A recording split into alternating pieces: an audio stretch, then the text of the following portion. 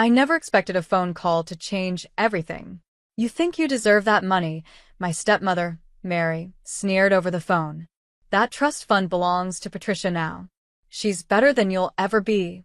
Her words hit me like sharp knives. I gripped the edge of the hotel desk, trying to steady my breathing. My heart pounded, but I refused to let her hear the panic in my voice. Mary sounded proud, almost happy, as she told me the news. She had taken the money my mother had left for me. My name is Madison Bailey, and I am 29 years old. I thought I had finally escaped my family's toxic drama.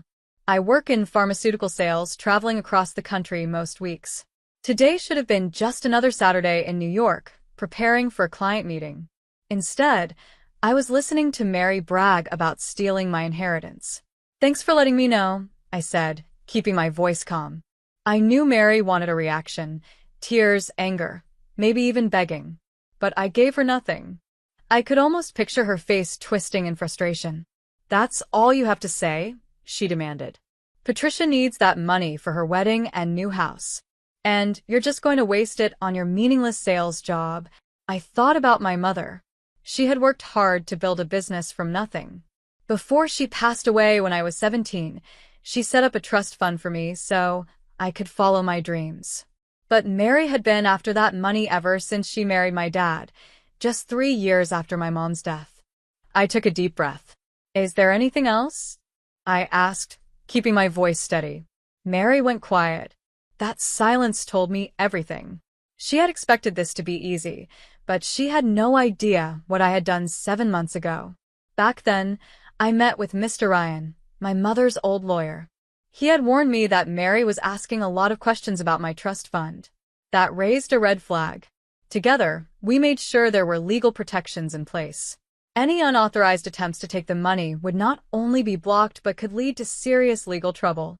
Mary had no clue. "You've always been such a disappointment," she spat, trying one last time to make me break. I almost laughed. A disappointment? Because I refused to let her steal from me? Because I didn't beg her for approval like my stepsister Patricia always did? I had spent years trying to escape Mary's cruelty. Now I finally saw her for what she was: bitter, greedy, and desperate. "Goodbye, Mary," I said, hanging up. I sat there for a moment, staring at my phone. The storm inside me started to calm. Mary thought she had won, but she had no idea what was coming. "Your stepsister deserves this more than you ever did." Mary's words rang in my ears as I ended the call. I turned to look out my hotel window at the New York skyline, my hands trembling, but not from fear. Everything was documented. Every call, every attempt, every lie. Mary had finally pushed too far, and I was ready. Living with her had been like walking on eggshells ever since my mom died from cancer when I was 17. My dad, lost in his grief, had remarried just 3 years later. That's when Mary and her daughter, Patricia, moved in. Patricia was 13 at the time, and from the very beginning, the tension was unbearable. My mom had worked hard to build her pharmaceutical consulting business from the ground up. She wanted to make sure I had a secure future. The trust fund she left me wasn't just money. It was a piece of her, a way of protecting me even after she was gone. But Mary didn't see it that way. To her, the trust fund was unfair. In her mind, I had an advantage that Patricia didn't, and she made it clear she wasn't going to accept that. "Your mom wouldn't want you to be so selfish," she would say, her voice dripping with fake concern. "We're all family now. You should share." But we weren't family. Not really. Not in the ways that mattered. While my dad drowned himself in work to avoid his pain, Mary took control. She slowly pushed me to the side, making Patricia the center of everything. Every little thing Patricia did was celebrated: good grades, dance recitals, even just finishing a school project. Meanwhile, my hard work was ignored. When I earned scholarships and got accepted into a top business school, there was barely a mention of it at home. Mary made sure my dad only saw what she wanted him to see. The moment I truly understood how deep her manipulation went was on my college graduation day. I had worked tirelessly, graduated at the top of my class, and already secured a great job. It was supposed to be one of the proudest days of my life. But my dad wasn't there. "Patricia has a cold. She needs her father right now," Mary had told him. That was when I knew nothing would change unless I made a change. So, the very next day, I packed my things and left. I focused on building my own life, my own success. I worked hard in pharmaceutical sales, traveling across the country, making something of myself without relying on anyone. And the trust fund? I left it untouched. Not because I didn't need it, but because I knew accessing it would mean another fight with Mary. She would never stop trying to control me. But now, standing in my hotel room, I knew the fight was finally over. Mary had made her final move, and she had no idea what was coming next. Every time I visited home, Mary would make rude comments about how lucky I was. She always talked about how Patricia had to struggle without the same advantages I had. 7 months ago, Mr. Ryan, my mom's old lawyer, called me with a warning. He told me Mary had been asking a lot of questions about my trust fund. That's when everything made sense. She had been waiting for the perfect moment to take what wasn't hers. But I wasn't that scared, helpless 17-year-old girl anymore. I was my mother's daughter, and she had taught me well. I knew how to protect what was mine. The trust fund wasn't just money. It was my mother's hard work, her legacy, her way of making sure I had a future. That evening, sitting in my hotel room, I pulled out a small photo of my mom, the one I always carried with me. She was smiling, full of confidence, the kind of woman I had always wanted to become. This trust fund was meant to be my safety net, my chance to take risks and build something of my own, just like she did. I took a deep breath and dialed Mr. Ryan's number. My hands were steady, even though anger still burned inside me. He picked up on the second ring, his voice calm and familiar. "Mary finally made her move," I said, getting straight to the point. "She says she transferred everything to Patricia." "I was expecting this," he replied. "I got an alert this morning that someone tried to access the account." "Don't worry, Madison. The extra security we put in place worked exactly as planned. Every attempt was blocked and recorded." I let out a breath I didn't even realize I was holding. "So, nothing was actually transferred?" "Not a single penny," he confirmed. "But we have everything we need to prove attempted fraud. The evidence is solid." He paused before asking, "Would you like me to move forward with the next steps?" I thought about everything Mary had done. The manipulation, the cruel comments, how she had slowly turned my father against me. She had always been so sure she could control the situation. She never even considered that I might be 2 steps ahead of her. I had waited long enough. "Yes," I said firmly. "It's time to end this. Send the evidence to the family lawyer and make sure my dad sees everything. I want him to see exactly what his wife tried to do." "Consider it done," Mr. Ryan said. Then he added, "Madison, your mother would be proud. She always said you were smarter than people gave you credit for." After I hung up, I opened my laptop and booked an earlier flight home. My client meeting could wait. I had a family issue to deal with, and this time, I was the one in control. I landed in Los Angeles the next morning. The autumn air was cold and sharp. My dad's house, the house I grew up in, looked the same, but something felt different. Maybe that something was me. I had called my dad to let him know I was coming, but I didn't mention Mary's phone call. Some things needed to be said face to face. When I walked into the living room, they were all there: Dad, Mary, and Patricia. Mary's confident smile faded the moment she saw me. Confusion flashed across her face. She had expected me to be angry or upset. Instead, I was calm. "Madison," my dad said, looking surprised. "I thought you were coming later. Is everything okay?" "Actually, Dad, we need to talk." I took out my phone and the file Mr. Ryan had sent me. "Mary called me yesterday. She told me she took all the money from my trust fund and gave it to Patricia. I thought you should see exactly what happened." Mary's face turned pale. "I was just trying to help Patricia," she started, her voice shaking. "Don't," I said firmly. My voice was steady, cold. "Every time you try to access my account, it was recorded. Every phone call, every forged signature, every lie, it's all in here." I handed my dad the file. His hands trembled as he flipped through the pages. With each one, his expression grew darker. "Mary, what did you do?" he whispered. "She's lying," Patricia blurted out, her face red with anger. She's always been jealous of me. I didn't even look at her. Instead, I pulled out another document, the full trust fund statement. The money is still there, I said. Safe and untouched. Mary tried to steal it, but she failed. I knew about her plans months ago, and I made sure she wouldn't succeed. Mary's eyes widened in shock. You set me up, she spat. No, I replied calmly. I protected what was mine, just like my mother taught me. The room went silent. My dad kept reading, his eyes moving over every detail, every fake email Mary had sent to the bank, every forged signature, every sneaky move she had made to steal my inheritance. It was all there in black and white. I did this for our family, Mary tried to argue, her voice weak. Patricia needed. Stop, my dad interrupted. His voice broke. Just stop, Mary. His hands tightened around the papers. His face was full of pain as he looked up at me. I hadn't seen that look on my dad's face since my mom died. Madison, I had no idea, he said, his voice barely above a whisper. Of course you didn't, I said softly. Mary made sure of that. Mr. Ryan had put everything in order. Years of proof showing how Mary had tried to turn my dad against me while secretly trying to take my trust fund. The latest documents showed her failed attempt to transfer the money and the angry phone calls she made to the bank afterward. This is ridiculous, Patricia shouted, jumping up, her face red. Mom was just trying to make things fair. Gab has always had everything handed to her. I turned to my stepsister, feeling both sorry for her and frustrated. Handed to me? I repeated. I worked through college, built my career from nothing, and never touched that trust fund. Mom left it to me because she wanted me to have choices just like she had.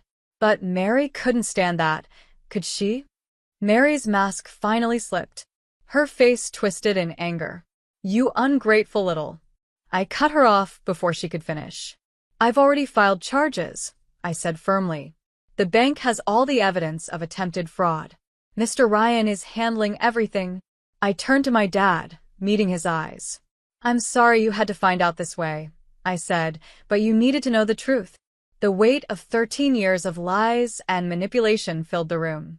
My dad looked at Mary like he was seeing her for the first time, and he didn't like what he saw. Then everything changed. My dad stood up, his hands shaking as he gripped the papers. Mary, he said, his voice filled with quiet anger. I want you out of this house. Tonight. What? Mary's voice shot up in panic. You can't be serious. After everything I've done for this family? Done for this family, my dad repeated, his tone sharp. You tried to steal from my daughter. You forged my signature. You've been lying to me for years. Patricia started crying. But for the first time, they weren't her usual fake tears. She looked truly shocked, like she was just realizing how serious this was. The police will want to speak with you, I told Mary. Mr. Ryan has already filed the reports. The bank's fraud department is involved now. Mary's eyes burned with fury. You planned this, she hissed. You knew I would try to take the trust fund. No, Mary, I said calmly. You planned this. I just made sure I was ready for when you did. I turned back to my dad. There's more, I said. Mr. Ryan found proof that she's been taking money from your account too. Small amounts over the years, but they've added up. My dad's face went pale. He sank into his chair, looking completely devastated. I felt a small pang of guilt for hurting my dad, but he needed to know the truth. Get out, he repeated to Mary. Both of you. I'll have my lawyer contact you about the divorce. Mary and Patricia rushed to pack their things, throwing blame and tears in every direction. I didn't respond. Instead, I stood quietly by the window, the same window where I used to wait for my mom to come home from work. I could almost hear her voice in my head. Always be prepared, sweetheart. And never let anyone take what's rightfully yours. In the weeks that followed, my dad and I had long overdue conversations. One evening, we sat in the kitchen, the same place where my mom used to help me with my homework. For the first time in years, we really talked. I failed you, my dad said, staring into his coffee cup. After your mom died, I was so afraid of being alone that I didn't see what was happening right in front of me. We both made mistakes, I admitted. I could have told you sooner about Mary, but I wanted proof first. I needed you to see it for yourself. The legal process moved quickly. Mary faced charges for attempted fraud and financial theft. She tried to play the victim, claiming she only wanted to make things fair between me and Patricia. But the evidence was overwhelming. The bank had records of all the times she tried to access my trust fund over the years. A few weeks later, Patricia sent me an email. She said she had no idea what her mother had been planning. I wasn't sure if I believed her, but I knew she was struggling to come to terms with the truth. "I'm sorry," she wrote. "I always thought you had everything handed to you. Mom made it seem like you were the lucky one. But now I see she was just jealous of what your mom built for you." It wasn't an apology that could fix everything, but it was a start. With Mr. Ryan's help, I finally took a step toward my own dream. I started my own business consulting firm, something I had always wanted to do but had been too cautious to pursue. The trust funds my mom left me became the seed money for my new venture, just as she had intended. "Your mother would be proud," Mr. Ryan told me during one of our meetings. "She always said you had her business sense and your father's heart. She knew you'd do great things when you were ready." My dad started visiting me for lunch every week. Sometimes we talked about Mom, sharing memories that Mary had made too uncomfortable to discuss for years. Other times, we talked about the future. He was finally starting to look like himself again, the dad I remembered before Mom got sick. "You know what your mom used to say about you?" he asked one day. "She said you were like a diamond. Pressure only made you stronger." Life started to fall into place. My consulting firm grew fast, attracting clients who liked my honest advice and industry knowledge. I hired a small team, including Elizabeth, a talented analyst who reminded me of my mom, same drive, same determination to prove herself. Mary's trial ended with a plea deal. She avoided jail but had to pay back a large amount of money and was banned from working in any financial role. The last I heard, she had moved to Oklahoma to live with her sister. Patricia stayed in Los Angeles, working as a teacher's assistant. We didn't talk much, just the occasional email. Meanwhile, my dad focused on rebuilding our relationship. He started sharing stories about Mom that he had kept buried for years, how they met at a business conference, how they struggled to start her company, the late nights planning their future. Each story helped heal a little piece of what we had lost. One evening, as we sorted through old photos in the attic, we found Mom's business journal. Inside, there was a letter addressed to me, written just weeks before she passed. "My dearest Madison, I'm leaving you more than money. I'm leaving you the freedom to choose your own path. Don't let anyone dim your light or tell you what you deserve. You are stronger than you know, smarter than they give you credit for, and capable of anything you set your mind to. Trust yourself. I do. Love, Mom." Those words became my daily motivation. I framed the letter and hung it in my office as a reminder of where I came from and where I was going. My dad retired and started volunteering at a grief counseling center, helping other families navigate loss without losing themselves. Sometimes, he even helped out at my firm, bringing years of experience and a fresh perspective that balanced my approach perfectly. Looking back, I realized everything had led me to this moment. 6 years later, I am amazed at how much has changed. My consulting firm has grown to 4 cities, helping pharmaceutical companies improve their operations, just like Mom used to do. The trust fund she left me didn't just secure my future, it became the foundation for helping others build theirs. Dad retired completely last year, but he still visits my office to mentor younger employees. He says it helps him stay connected to Mom's legacy. Every Sunday, we have lunch together, making up for all the years we lost because of Mary's lies. The biggest lesson I learned wasn't about money or betrayal, it was about standing up for myself. Mom knew that one day, I would have to fight for what was mine, so she made sure I had the tools to do it. She taught me that real strength isn't just about being tough. It's about being prepared and knowing when to act. Sometimes, I visit the house where I grew up. Dad still lives there, but it feels different now. The walls have been repainted, the furniture rearranged, and every trace of Mary is gone. Last week, in Mom's old office, which Dad turned into a library, I found her collection of business books. Inside one, she had written notes about teaching me to run the company someday. I never got the chance to learn from her, but I am building something of my own now. Every choice I make in my business carries her wisdom. The trust fund she left me wasn't just money. It was her belief in me. It gave me the strength to stand my ground when someone tried to take what was mine. Mary's attempt to steal my inheritance taught me an important lesson. Sometimes, people show you exactly who they are, and the best thing you can do is be ready. Now, I am grateful for those hard years because they shaped me into someone my mom would be proud of, someone who doesn't just survive challenges but grows stronger from them. Dad and I have reorganized the family photo albums, keeping only the memories that truly matter. On my desk at work, I keep my favorite picture, Mom and me in her office, both laughing about something I can't even remember. That photo reminds me every day that while some people try to tear you down, others lift you up in ways that last a lifetime. On the anniversary of my mother's passing, my dad and I visited her grave together. We brought fresh flowers from her favorite garden, a tradition we started that first year. As we stood there, I shared with him the letter I had found in her journal. He read it silently, his hands shaking slightly as he held the worn paper. "She was always thinking ahead," he said softly, his voice filled with emotion. "Even when she was fighting for her own life, she was fighting for yours too." In that moment I knew she had never really left me.